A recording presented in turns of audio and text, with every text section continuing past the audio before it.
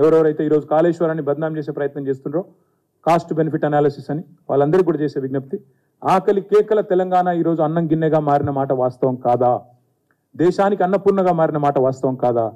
24 లక్షల టన్నుల ధాన్యం సేకరించే తెలంగాణలో ఈరోజు 3.5 కోట్ల టన్నుల ధాన్యం పడుతున్న మాట వాస్తవం కాదా?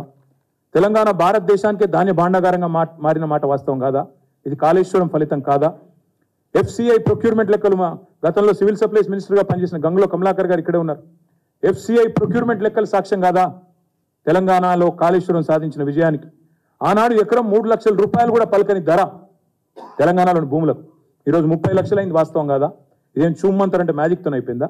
ఇది కాళేశ్వరం జలాల ఫలితం కాదా? నీళ్లు రాకుండానే పంటలు వండకుండానే భూముల ధరలు పెరిగిపోయినాయా? ఇది తెలంగాణ రైతులకు తెలియదా? ఉమ్మడి రాష్ట్రంలో నేను ఇంకొక మాట కూడా చెప్తున్నా, సన్నాయి నొక్కులు నొక్కుతాడు రేవంత్ రెడ్డి, ఉత్తమ్ కుమార్ రెడ్డి. మీరు 93,000 కోట్లు ఖర్చు పెట్టి 90,000 ఎకరాలకు నీళ్ళు ఇయ్యలే అని మాటలు మాట్లాడతారు.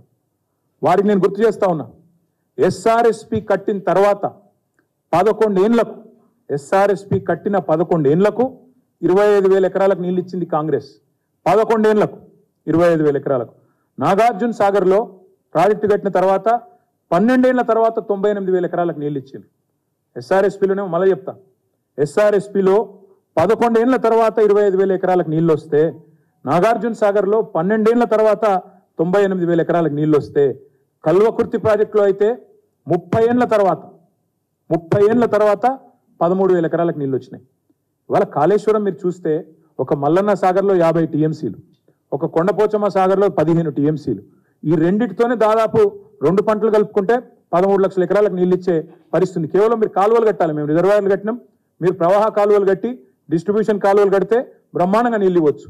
ఏనుగెళ్ళింది తోక చిక్కింది అన్నట్టు మొత్తం అసలు పని మేము చేసినాం. మీరు చేయవలసిందల్లా కొసరు పని, కొద్దిగా పని.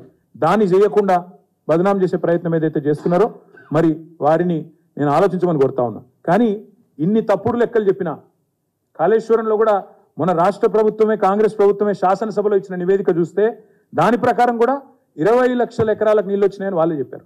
స్టెబిలైజేషన్ అండ్ కొత్త ఆయకట్టు చూస్తే 20 lakh acres నీళ్ళు ఇచ్చాము అని వాళ్ళే ఒప్పుకున్న మాట కూడా నేను విజ్ఞప్తి చేస్తా ఉన్నా.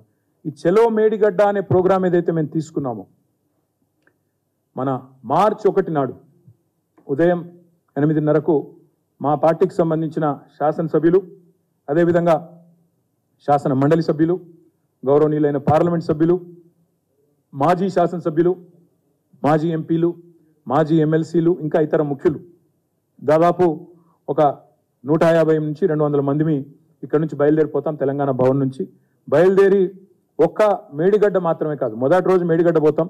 ఆ తర్వాత తెలంగాణకు కామధేనువుగా ఉన్న కాళేశ్వరం ప్రాజెక్టును దశల వారీగా ప్రజలకు మళ్ళొక్కసారి ఆవిష్కృతం చేస్తూ, వాళ్ళ మనసులో ఉండే అనుమానాలు నివృత్తి చేస్తూ, కాళేశ్వరం అంటే ఒక బరాజ్ కాదు, ఎంత సమగ్రమైన ప్రాజెక్టో వారికి వివరించి ముందుకు పోతాం. సరే, ఇప్పుడు జరుగుతున్న కుట్ర గురించి కూడా మీకు చెప్పవలసిన బాధ్యత, ప్రజలకు కూడా చెప్పవలసిన బాధ్యత మా మీద ఉంది. దురదృష్టవశాత్తు మేడిగడ్డ బరాజులో 2-3 పియర్లకు నవంబర్ మాసంలో పగుళ్ళు వచ్చినాయి. కానీ ఇదేం మొదటిసారి కాదండి, ఇదేదో చరిత్రలో ఎన్నడూ జరగంది, ఏదో మొదటిసారి జరిగింది కాదు.